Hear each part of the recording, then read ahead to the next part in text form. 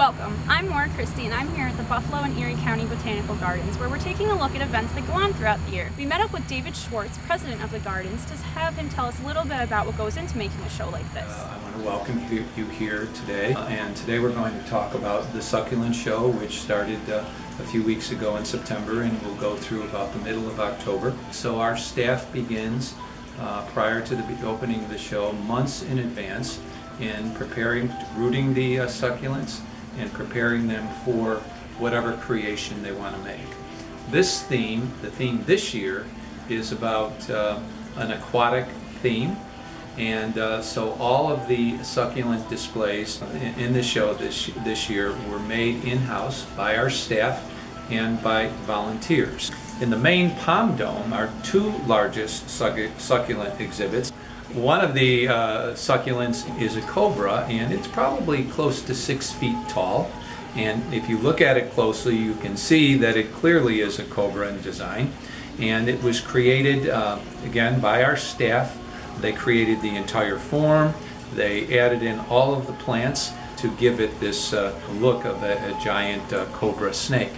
Also, right across from that is a unicorn, almost a full-size unicorn.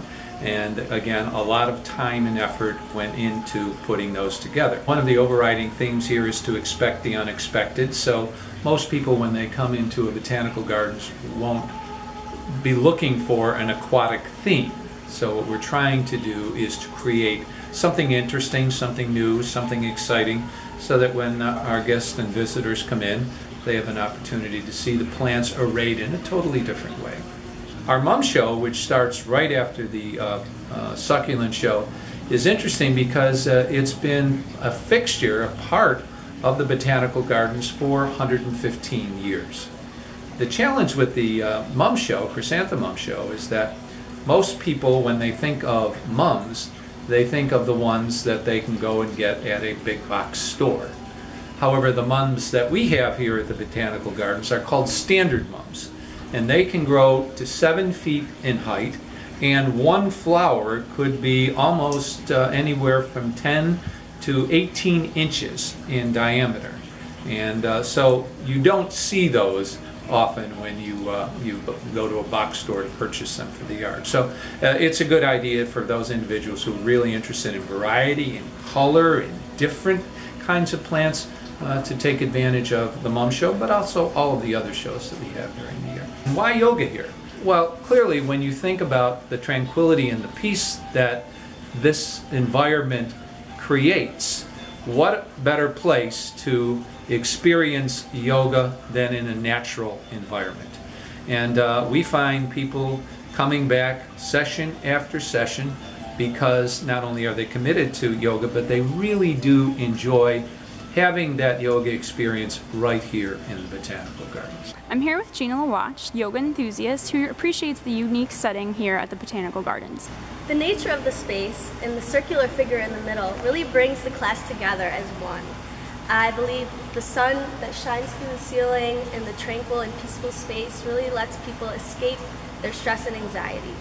This conservatory is very unique. We as Buffalonians and Western New Yorkers should be very proud of the history. This facility opened to the public in 1900 when Buffalo was the 8th largest city in the United States.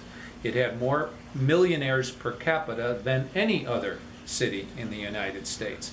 It was the terminus of the Erie Barge Canal. It was a great railroad center. It was a shipping center, and fitting the perception that Buffalo was the Queen City of the Great Lakes, it was important for city leaders to create monuments that would exist well into the future, and so the conservatory was built. It's unique, it's iconic, the architecture is very, very interesting, and certainly it's important not only to preserve the structure, but it's important to create a place where people can go and recognize the important role that plants play within our lives. Without plants in our world, we as humans and other animal life would cease to exist. So we need to create this environment so that people, hopefully through education and awareness, recognize the importance of preserving our environment and ensuring that ecological damage to our environment is reduced. So it's an important place on a lot of different levels. If you don't come here, you're missing out on a great, great opportunity to find peace, tranquility, and education.